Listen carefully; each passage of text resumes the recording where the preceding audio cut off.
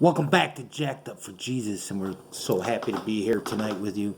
Today is National Prayer Day, but every day should be Prayer Day, as far as I'm concerned.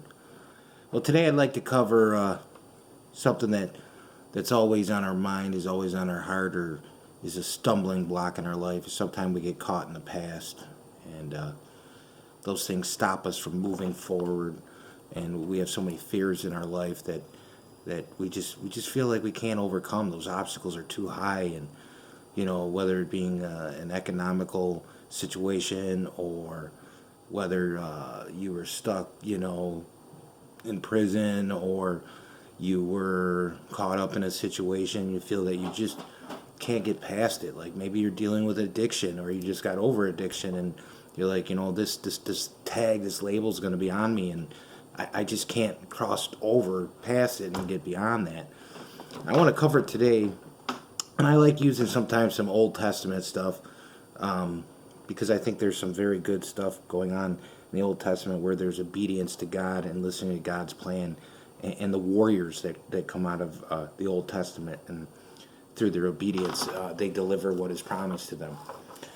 So I want to cover a little bit today the book of Joshua, the first chapter. And basically, Joshua is the leader that takes over the Israelites after Moses has died. And God tells Joshua, your leader is dead. The great Moses is dead. It's time to move on. And I think if you apply that to your own life, sometimes with the people like maybe our parents, or somebody like a role model, or maybe your boss, or anyone who you've possibly looked up to as a great leader, when they pass, they go, they retire, or they move on to a different situation, we get stuck in that rut of thinking, how do I do this? How do I move on? And it doesn't have to be a person. It could be just a situation. Like, this situation's over. Maybe it's something, your house burnt down, or you wrecked your only car, and, how do I move on from this situation? Well, the book of Joshua covers that.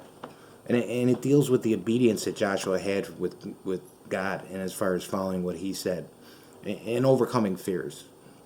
So in the first chapter, God says to Joshua to cross the river Jordan and take the land that I have promised you. See, for 40 years, that great leader that everyone looked up to, Moses, was tentative to cross that river and take on what was on the other side, as far as the Canaanites and all the different tribes that were fierce warriors that, they were afraid that, if they go there, they'd be put to death. But God said, I got you.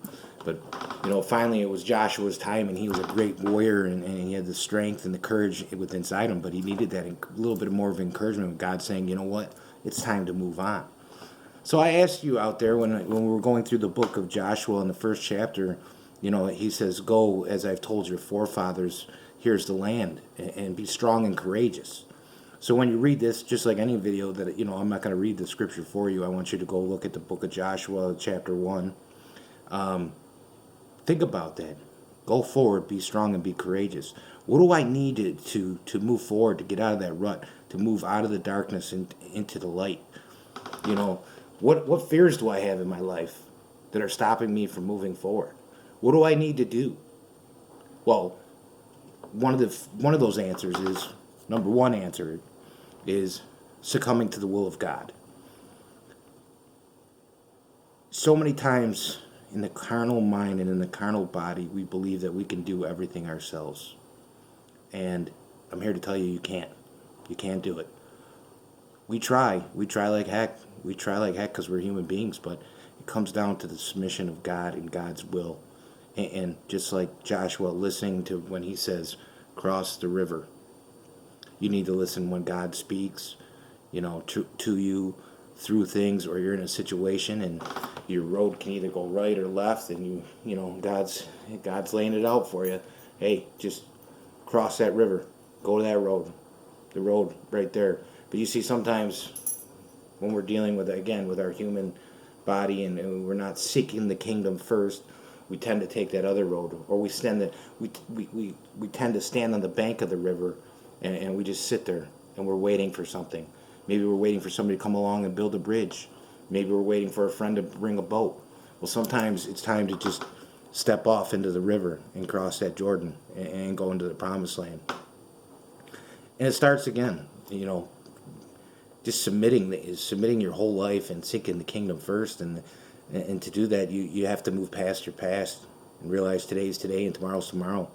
And it starts with ultimately with just again just believing in Jesus Christ and just submitting your life to him and asking for forgiveness and moving forward with knowing that he's going to be there through the storm, through the water, is just like he's going to go across the Jordan. He's going to have faith to believe that God's with him the entire time to go take on these fierce warriors and to cross that river and to bring these people. And then on top of it, he's a great leader, so now he's put in a position that he's got to have people that are going to follow him and believe in him and say, you know what, Josh, I'm going to die with you. You God has spoken to you, so I'm going to follow you. I'm going to follow you to the promised land, and I'm going to die by your side if I have to, because God is with you, and I've always watched you submit to God, and if God is telling you to do this, then I'm going to do it. So I wanted to shoot this video today on National Prayer Day. I thought it was a very inspirational thing here, reading the book of Joshua and talking about what it takes basically to cross over that river, to move past our past, and not to be caught up on things in your life that especially when a loss of a loved one or somebody in your life, that you just get caught in that rut when God is telling you to move forward. Or maybe you're in addiction and you just got past, you just did your 28 days and you're like, where's my life going to go now? Everyone thinks that I'm a crackhead. Everyone thinks I'm a heroin addict. But you know what? You're not. You're a child of God. It's time to move forward. It's time to get past that. Or maybe you went through a long period of time that you were disabled and you're finally getting back to work and you feel that people are just out there thinking, oh, like here's some guy who can barely move, barely walk. Well, at the end of the day, it doesn't matter what people think. It's what God thinks. You seek the kingdom first. Don't worry about the decisions and the choices of other men and women. You're here to please God first. So if you're standing on the side of that river right now, just as Joshua was standing on that side of that river and God's telling him, cross it in your life. Don't stand there and watch. Don't stand there and wait around. Cross the river. Go into the promised land. Succumb and submit to the will of God, and you're going to see many blessings coming in your life. I just wanted to share that with you tonight. God bless.